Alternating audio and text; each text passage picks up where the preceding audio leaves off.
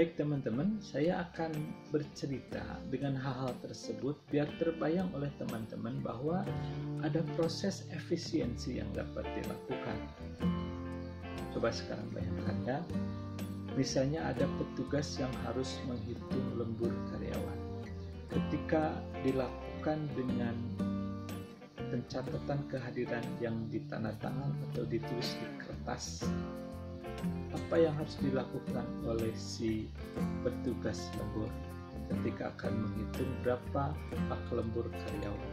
Berarti kan dia harus meneliti satu persatu, orang per orang, jam masuknya berapa, jam pulang jam berapa, kemudian dia hitung manual di sistem dia, kemudian dihitung dengan menggunakan teknik dia menghitung lembur tadi.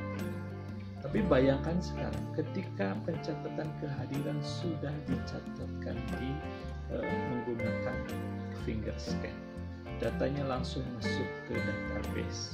Kemudian database tersebut menyimpan data kehadiran karyawan dan sudah ada aplikasi yang disusun atau dibuat secara terprogram untuk kasus lembur, dan itu sudah otomatis dihitungkan, sehingga dia tinggal klik OK atau Enter, maka hitungan lembur seluruh karyawan akan langsung keluar. Sekali lagi bayangkan berapa lama waktu yang diefisienkan. Seperti tadi, menyusun persiapan penggajian itu 22 hari, tapi dengan sistem yang baru bisa atau hanya 2 atau 3 hari saja. Nah, hal ini tentunya akan sangat membantu proses atau fungsi manajemen yang dilakukan di organisasi.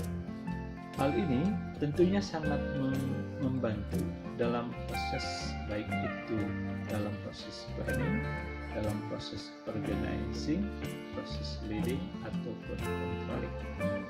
Controlling saja misalnya, ketika akan melakukan evaluasi apa yang sudah dicapai, apa yang sudah dilakukan, kalau semua datanya sudah dimasukkan atau sudah ada dalam sistem, akan sangat mudah untuk dilakukan dan tindakannya akan lebih cepat.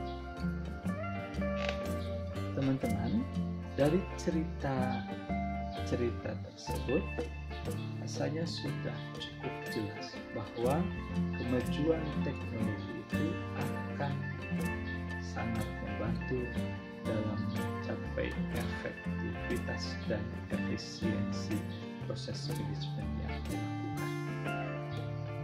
Dan yang lebih penting lagi, teman-teman sudah ada di zaman tersebut. Teman-teman akan ada di masa-masa di mana proses manajemen harus dilakukan dengan lebih canggih. Oleh karena itu, pesan saya bahwa teman-teman harus mampu sekarang mulai mengadopsi ataupun mulai familiar dengan kemajuan teknologi ini. Kalau saya boleh cerita, ketika saya melakukan tugas akhir beberapa puluh tahun yang lalu, Pak Septiadi sebagai pembimbing saya waktu itu sudah membuka diskusi dengan saya bahwa ada kepentingan untuk ada keharusan kita untuk mendalami masalah database. Zaman saya dulu waktu itu, jangankan atau untuk isi saja masih terbatas jumlah komputer di lab yang dimiliki oleh jurusan statistika pada saat itu ada 3 buah, dan kalau tidak salah dari 3 itu satu rumus. Pada waktu itu bahasa pemrograman itu baru akan berkembang. Saya sewaktu kuliah itu baru belajar bahasa Turbo Basic. Beberapa tahun kemudian ada istilah C++ dan C++. ini adalah generasi awal kalau menurut saya yang membantu untuk melakukan proses analisis atau memanage data dengan lebih mudah.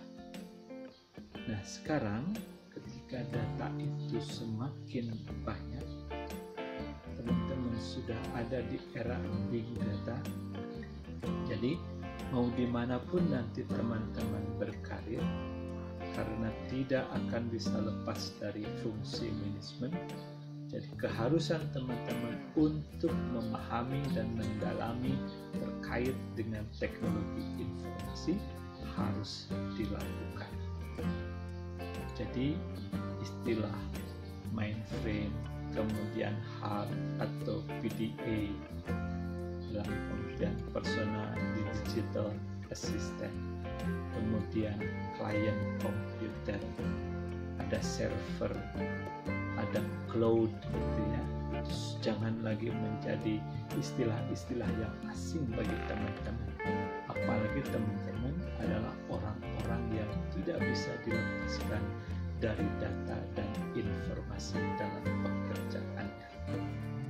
Kalau teman-teman tidak mendalami itu, nanti bekerjanya akan dalam bidang apa? Setelah 3,5 tahun atau 4 tahun belajar data, bagaimana menganalisis data, bagaimana membuat kesimpulan, harusnya langsung diteruskan ataupun dilanjutkan dengan memahami perangkat-perangkat atau aplikasi yang harus mendukung kemampuan teman-teman tersebut. Jadi sekarang pengumpulan data pun sebagai seorang statistisi tidak hanya dari lapangan.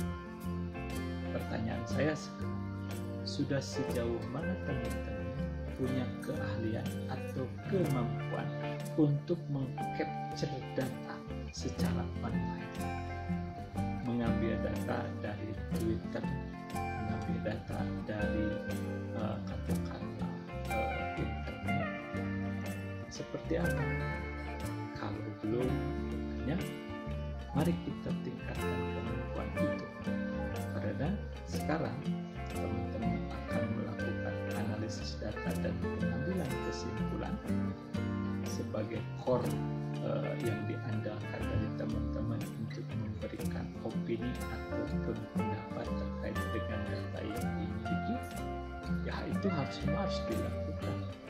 Apalagi datanya sekarang tidak hanya 1 atau 2 ribu, data itu sudah jutaan. Kalau teman-teman mengandalkan analisis ataupun mengolah secara manual, butuh waktu berapa lama? Kan penting. Sekarang keputusan itu harus diambil dalam hitungan detik, bukan lagi hitungan hari atau apalagi dalam hitungan bulan.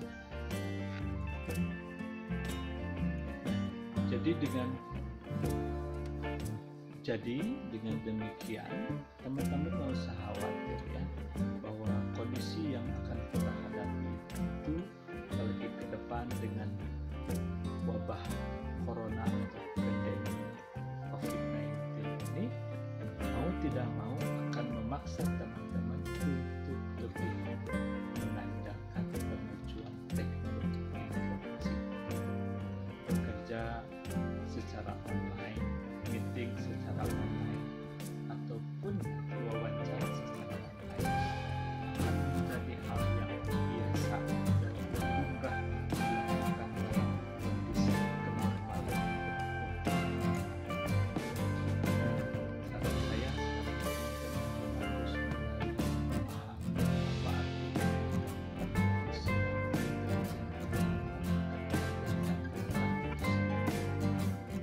karena tren perubahan adalah kita akan selalu mencoba untuk memprediksi proses yang terjadi kemajuan teknologi dimanapun nanti orang bekerja,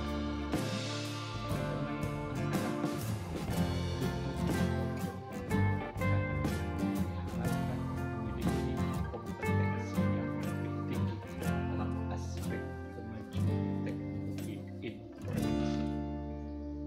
rasanya sudah cukup waktu 3 tahun sampai saat ini, taruhlah sekitar itu, belajar statistika sebagai ilmu yang kita pelajari dari mulai perencanaan, pengumpulan, pengolahan, penyajian, penarikan kesimpulan berdasarkan data yang kita miliki.